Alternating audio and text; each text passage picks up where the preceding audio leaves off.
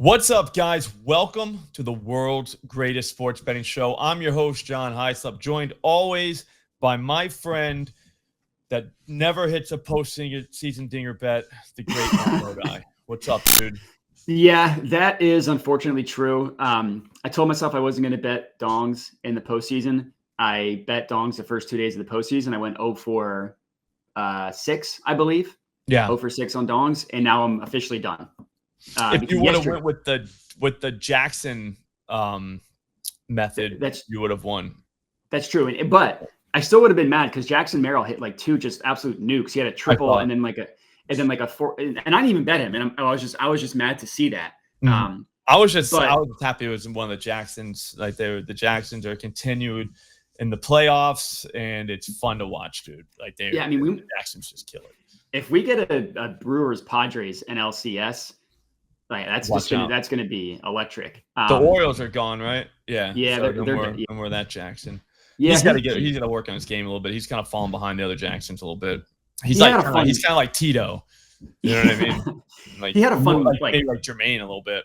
Yeah, he had a fun week. I think he had like 3 home runs in like 3 straight days. But other than that, he wasn't good. Yeah, but Bregman hit one 400 feet, over 100 miles off the bat. Deepest part of center field, wasn't a home run. Brandon Nimmo, same thing, 393-foot flat, over 100 miles per hour off the bat, not a home run.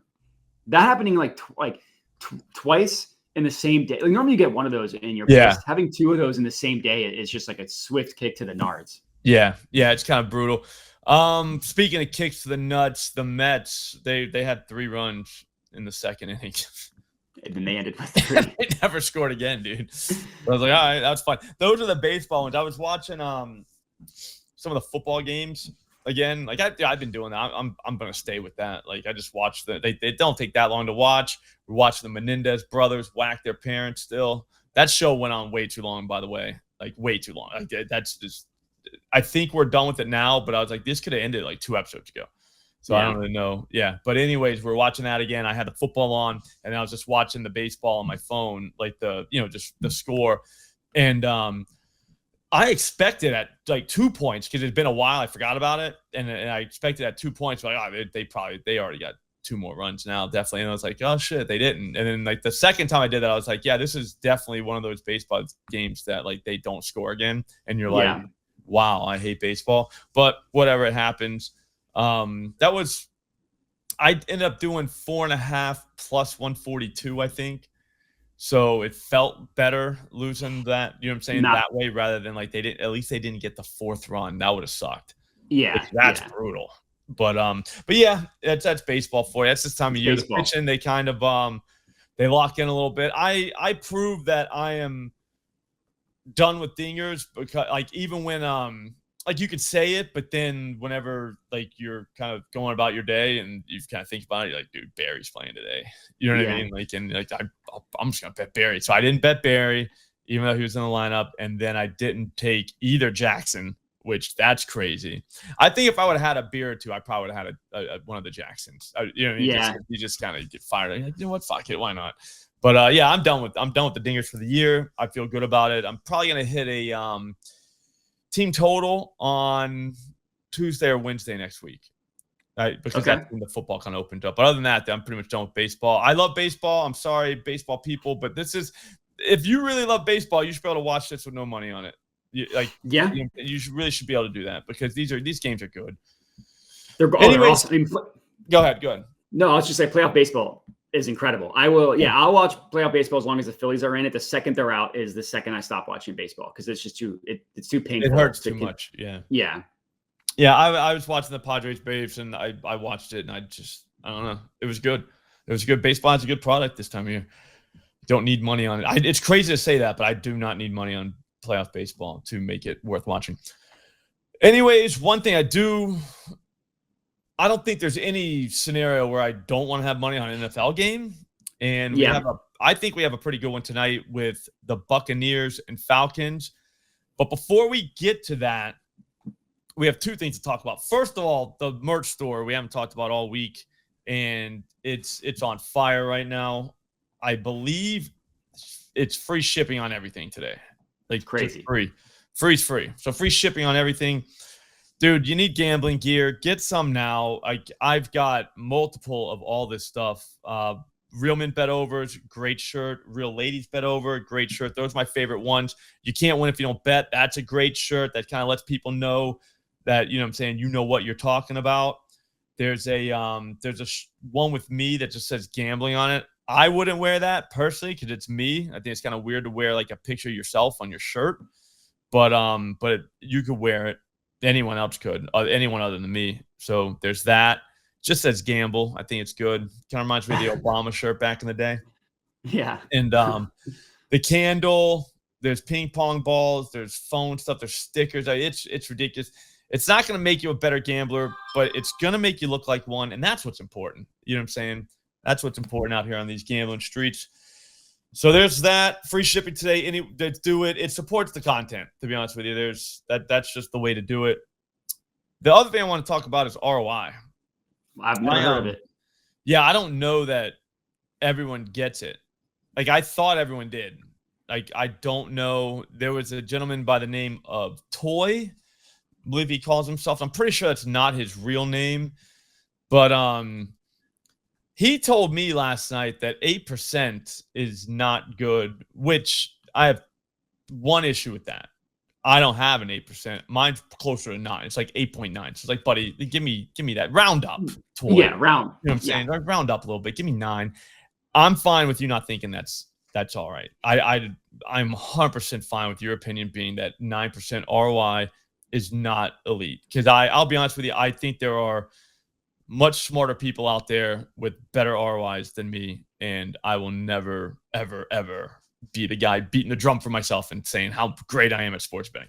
My goal is to not deposit. All right. You don't want your wife wondering what all these DraftKings or FanDuel withdrawals are, you know what I'm saying, on your bank account. So if you want that for your life, you can follow me. You know what I mean? If you're having a trouble with it, you know what I'm saying, you go through a dry spell, whatever, just follow me. Like, we're not going to deposit. Like, we're probably not going to get rich, but we might. You know what I mean? Because we are going to try to get rich. We are going to take deep shots on the books. But anyways, I don't have a problem with not thinking 9's good. What I do have a problem with is this dude clearly does not understand what ROI is. I think that's how he came to his conclusion. And it hit me that, like, other people didn't too. Like, there was guys coming in there and being like, yeah, stocks, like the U.S. bond right now is 5.5%. And you're just like, holy shit. Well, that's also a lower number than yes. 8.9. Yeah, important lower distinction. Yeah. Yes. Like, I'm not going to pretend that I'm a financial stock guy, but I do understand that 5% is not as high as 8.9%. Mm-hmm. I'm not even a math guy. I'm barely a numbers guy. And like I'm again not. That's what I'm saying. That's why I thought that I was pretty much the lowest bar. Like, there wasn't anyone under me with that. You know what I mean? And if I knew ROI, it's probably a pretty basic concept that everyone gets. ROI in stock market is a lot different than ROI in sports betting. Because, like, this dude went on to say something about betting $500,000 on a year and only going up 30K is a decent profit. But if you got 500K, what's 30K on the year? Okay, two problems with that. If it's 8%, it would not be 30K, it'd be 40K. All right, so that's just math.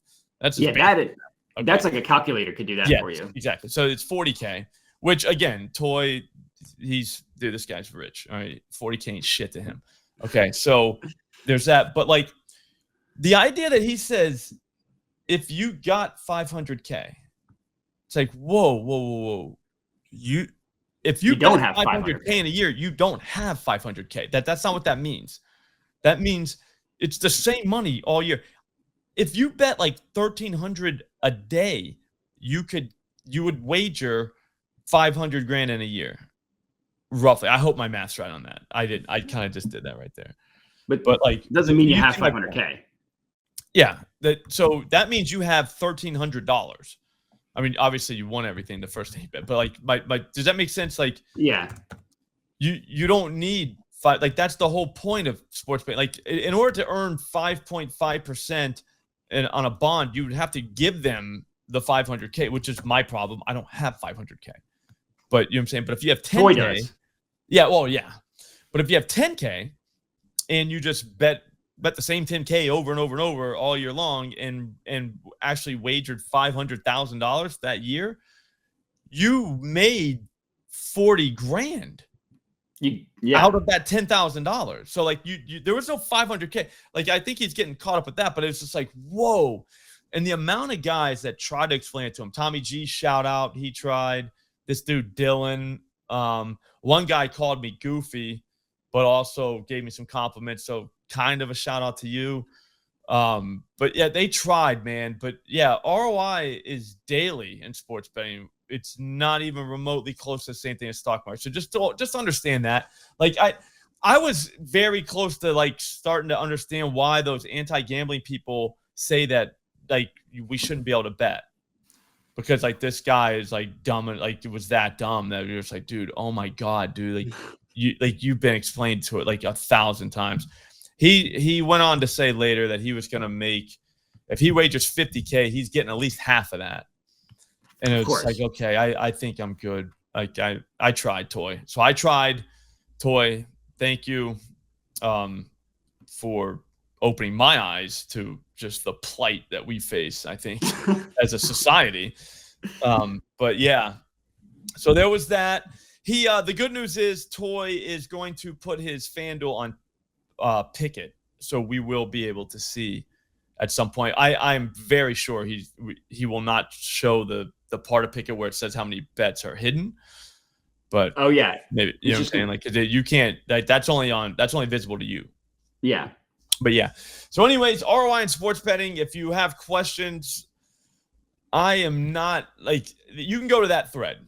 There are many different explanations for ROI in sports betting, but ROI in sports betting is very important, and it does not mean it, dude. Betting 500K in a year does not mean you have 500K. You did not risk 500K. You risked it so many different times that you were just risking like whatever you did that day. You know what I'm saying? Like there was never a point where you had 500K out. Like, you know what I'm saying? That's a cumulative over every day. Over every day. Yeah.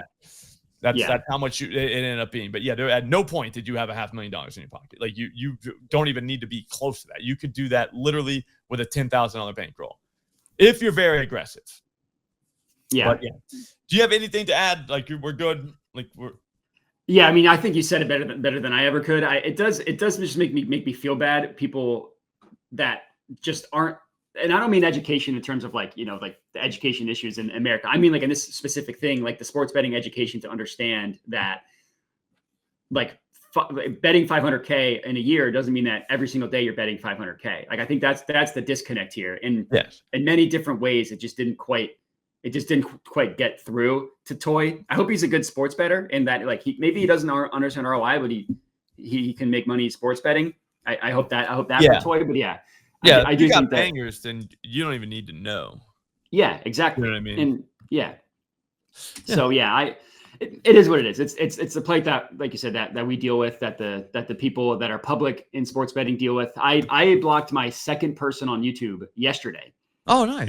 Yeah, I'm not normally a block guy. I'm not a block guy either. But some people like I just don't have the patience for. And this guy, like I put out a play, and I said like, oh, this is a good play because you're getting such good odds on it. And he was like, oh, here we go, another dishonest capper. Like, you do understand that not everybody can use these sports books. Not everybody's able to get what you can get. And like by the time you post these, the odds change. It's like, well, I can't really help it if the odds change after I post something. Like and then also part of sports betting is picking off stale lines. Like, this is a good play because you got it, and like I sent it out at a stale line. So there's certain things that I just don't have the patience for. And it's like people making it seem like we're trying to scam them. Like, oh, another dishonest capper. Like that's the stuff. Like, I can take a lot of jokes. It's like, what are you talking about? Like, but the stuff that I don't have patience for is people like thinking that we're scammers or that we're dishonest. That's what you'll get the block button for that. Yeah. The way that I always kind of look at it is I'm just telling you what I bet, and hopefully I can get it to you in time.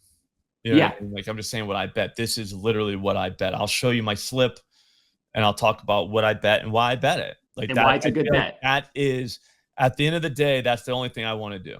I just want I want to make my friends laugh. So you do that. You know what I mean? Like, so, but that, you know what I mean? That's literally all I want to do. It's just, I just love to talk about why I bet. Like, I think gamblers are the greatest in terms of like it's fun because what other subject can you talk to another like human being about that like they've actually thought about in these days? You know what I mean? They've actually put thought into it. They have a strategy for it, and they want to tell you, and you can kind of bounce ideas off each other, and you're getting an honest conversation from someone, and I think that's awesome.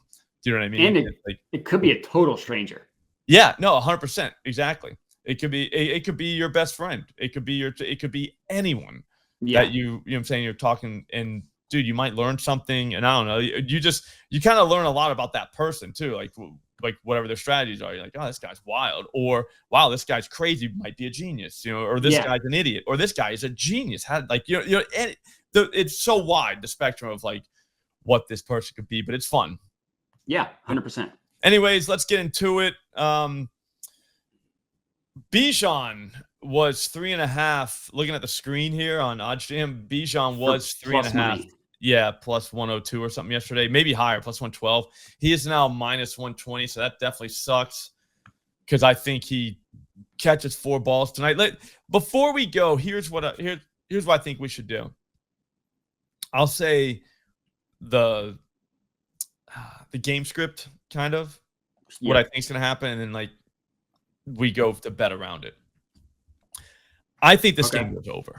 I think that what we've seen out of the Falcons is early season Kirk Cousins coming back from an injury and not playing football in forever.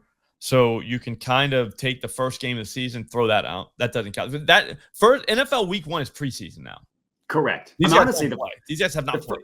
The first month for some teams is preseason. Like September is like an extended preseason for some teams.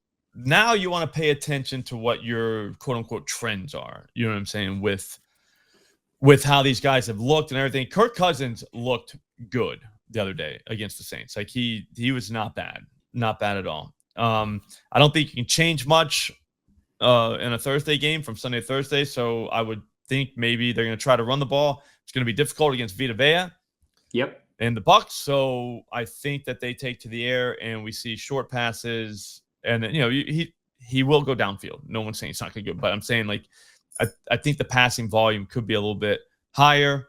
So there is that. And then I think they will have a little bit of success against the Bucs, but I think the Bucs are going to score on them because they look like they were up on the Eagles. You probably watched that game. Sorry about that, but like they smoked them. They were up, but they kept throwing. Like they kept going with the moving the ball through the air. So I do like that. The Eagles had no receivers, so it was tough to take a lot out of that defensively for the Bucs. It's like they had literally Paris Campbell was running out there. It's like one of the top guys. You know what I mean? So that sucks. So you couldn't really get a lot of defensively out of them. But I still think that Bo Nix threw for 200 plus yards against them. Yep. I'll be honest with you. There's times when you watch Bo Nix play and you think he might be left-handed. Like that might be the issue. He seems like he's Ben Simmons. Yeah. No, he it's like holy shit. I think he might be left-handed. So there's that. But he managed 200 yards. I think Cousins goes 200 plus. I think if you wanted to, you could take his 250 plus. I don't think that's that crazy. I don't know that I'm going that far. The only thing I have so far is Mike Evans, 60 plus receiving yards. That was plus 116, I believe, with a boost. It has gone down to 57 at circa 60 at Fanatics, which is yikes. But I'll be honest with you, I don't care. I think he has a decent night. I think that we can I don't know. I think we could FanDuel still has it at 59.5, which makes me feel good. I think we could go the other side though and start going after Drake London stuff. So 5.5 receptions. I say he gets that plus 102. So there is that. Minus 120. It's at Bet Online. Yep. Yeah, that's pretty good. I think Drake London 5. I think that's a play.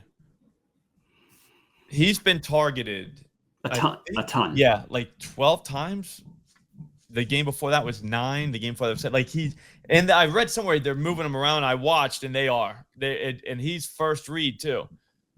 So ball's out quick, going to him. So 5.5. I feel good. I feel good. We get one over. I think we get one on a screen or something like that. So there is that. But I don't know. I want to see where you're going to go. So I'm going to go London for my first. I officially play on this show. I'm going to bet that. So 5.5 receptions plus 102 Okay. FanDuel. I like it. So yesterday I gave out Bijan. So right now, last I checked, you could get him over 26.5 at -110. Excuse me, -110 both at FanDuel and Hard Rock, which I would still play.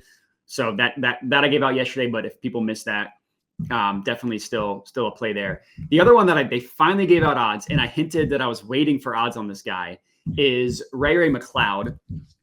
So what makes me feel good is yesterday he opened up at 33.5 everywhere. Every single book had him equal juice on each side. Ray McLeod 33.5. Right now, looking at it at this moment in time, only 3 books still have him for even money. -110 odds at that 33.5 number. It's BetMGM, it's Bet365, and it's Hard Rock. 3 incredibly stale, notoriously stale sports books. So that makes me feel good. FanDuel moved it up to 34.5, Circa at 34.5. BetOnline not only has it at 36.5, but they have the 36.5 at -120. Yeah. The under at -107, which makes me feel good. So I also don't hate it, his receptions as well. I just think that there's a little bit of a higher ceiling on the yards. So like the receptions is at 3.5, and like his ceiling on receptions is probably 5. I don't think he's going to have more than 5 receptions. He could get 50 yards. Like he has a higher ceiling with his yards, which is why I like that better. I don't hate the receptions. You're also paying a little bit like -115 over 3.5. I don't think it's as good a value. And I mentioned this a lot yesterday, but it's all because like the Bucs played zone coverage at the highest rate in the NFL, 85%, essentially 84.4%. So we'll give the exact number because I know we have to be exact with our numbers here. We can't just say 8% when it's 8.9. No, we can't do that. 84.4% of the time they play zone, highest rate in the NFL. They play cover 3 at the 3rd highest rate in the NFL, 45.5%. McLeod, best receiver on the Falcons in terms of yards per route run against zone coverage by far. Yards per route run, 2.26. Nobody else is even it's like 1.5 is the next closest one. And this is per fantasy points, has the best separation score and the best win rate, specifically against cover 3. And what I like about Ray McLeod is they'll design these targets for him. He's second on the Falcons in designed targets. He's got 4. Bijan, he's tied with Darnell Mooney, the HF4, and then Bijan is the leader with 7. So, yeah, that's why I like the Ray. And you're getting such a low number. That's part of the reason why I like it. Like I think his floor is probably 30 receiving yards. Like he's going to get enough design plays specifically for him to get to that 30 number. We only need him to get to 34 to cash out our main play. And then I did ladder him for a half unit at 50 plus as well. 40 plus wasn't really worth it. So I just laddered him to 50 plus, put a half unit on that, plus 225 odds at Bet365. What defense did you say they play? The Bucs play zone defense at the highest rate, and they play cover 3 at the 3rd highest rate. Yeah, Zeus has numbers. I'm still looking because it's like there's different, like, I don't know. Okay, so this is target share. Yeah. I mean, okay, yeah, I was targets. You can do roots run. You know what I mean? But like, there's all kinds of like, it's pretty cool. Okay, yeah, I was looking at yards per route run, and then like a little bit more. Like I was looking at separation and win. Okay. Yeah, see yards per route run number 1, and then the Bijan's close. But as a running back, and then you look at the other 2 receivers, they're like half as much in terms of yards per route run for Ray McLeod. So he doesn't get as many. Like basically, when he's on the field, he gets targeted, and they're like designed for him. Yeah. No, I'm. That's exactly what we're looking for. I'm liking receptions for London, just for a lot of those reasons. And look at, even receptions in cover 3. I mean, honestly, I didn't have the fantasy points doesn't have this data. I don't have receptions or target share, all that stuff for cover 3. But the receptions being second most to Bijan helps both of my cause. Helps both of the causes. 100%. So yeah, that's at Zeus, man. Like I was messing around with it the other day. I forgot about Zeus totally because I wasn't doing dingers, and then I was like, what do they got for NFL? And it's pretty wild. Yeah, I'll check them out because Fantasy Points is a lot of really advanced stuff like separation score, win rate, all that stuff, which I love. I think it's phenomenal. But Kind of sometimes like it is. separation score, just because it kind of lets you know, like, okay, this guy is winning. Again, if you watch the games, you're gonna see it. Yeah, And the guy's like running open on the screen. You're like, all right, well, he just beat another guy. All right, so didn't really want to do it, but I'll do it. It's I think tonight's the night Cousins goes 250. The only problem is, man, like that's a big jump from 225 to 250. But man, it's just he does not look bad. And I do think the Bucs put up points. I don't know, like maybe let me see one thing. I'm gonna look on FanDuel to see what we have for alt lines for totals. that's the one thing about passing yards is the alt lines. You don't get as much value. Like you need to, like he basically would need to throw for like 300 to get the same price as like Bijan to get to 40 or McLeod to get, you know what I mean? That's the only thing with like I like passing yards at the main line. I like him whenever I can't decide on a receiver. Yeah, that too. And but that's like these are few and far between. I think over 44.5 for this game at plus 106. I don't normally do a lot of sides or totals.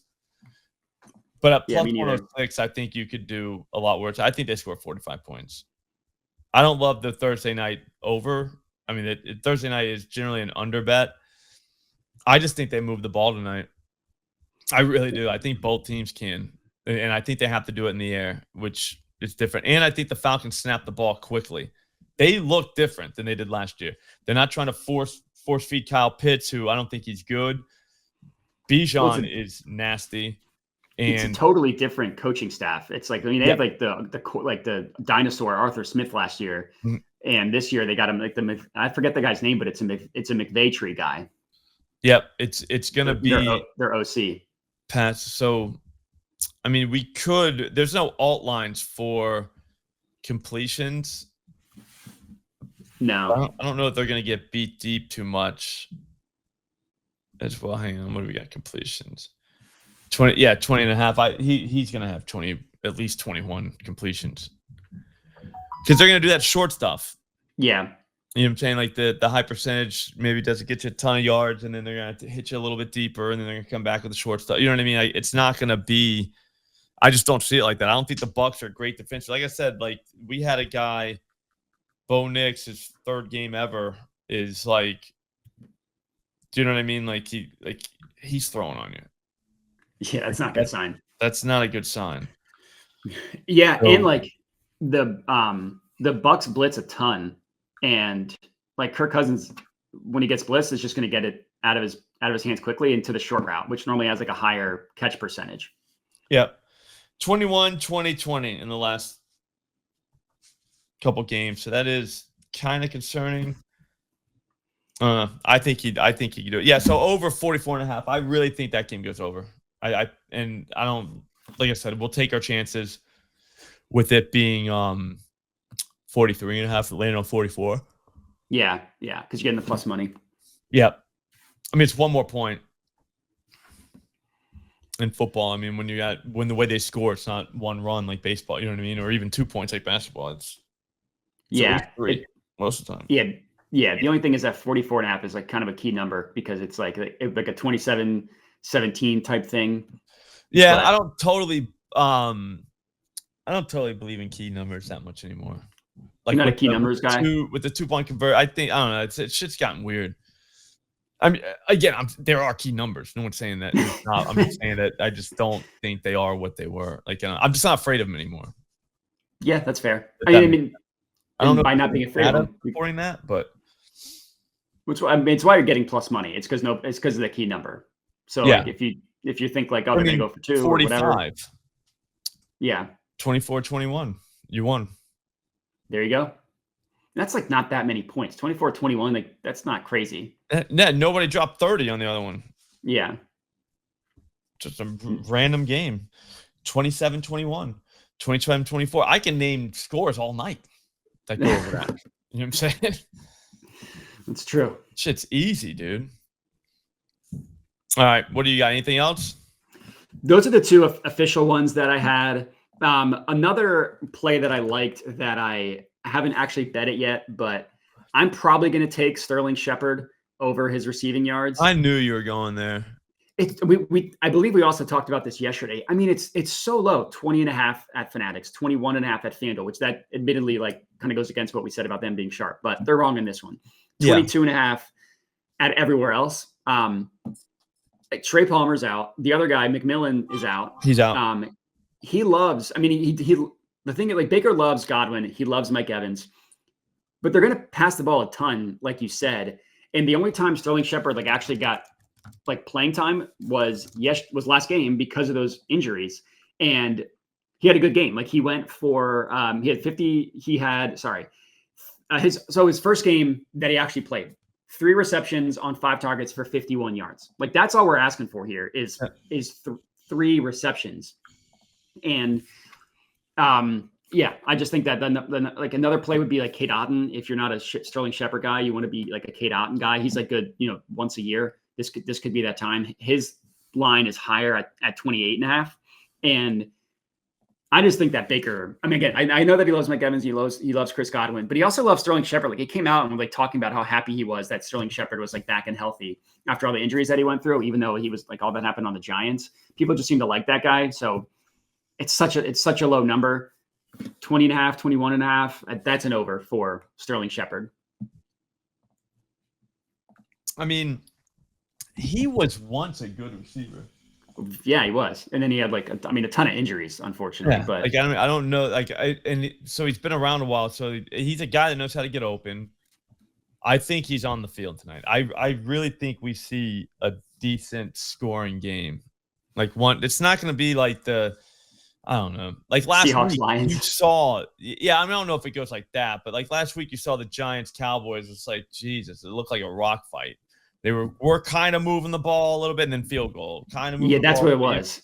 And it was field goals. I don't know that we're going to get that, man. Like I think both of these two teams are very good offensively and not that great defensively. And I think the line, the reason why it is what it is because the progression of the Falcons. You know what I mean? Like, and then that you can explain that away though. Like Kirk Cousins hadn't played in forever. It's a new team, new whatever. Like didn't play in the preseason. Like there's so many reasons why they were slow out of the gate. But I'll tell you, they don't look bad. Dude. I don't know. Maybe I don't know what I'm watching, but they do not look bad.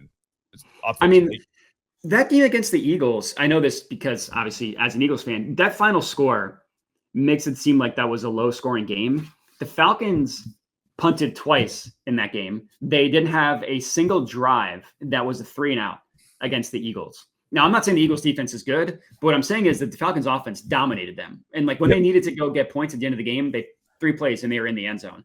The following week, good defense against the Chiefs. I don't think we're really going to fault them for not having like amazing game against the Chiefs. And like they had a couple of calls go against them. They had that 4th and 1 that they didn't convert. Like that game could have been totally different. And then last week, Saints are also a good defense.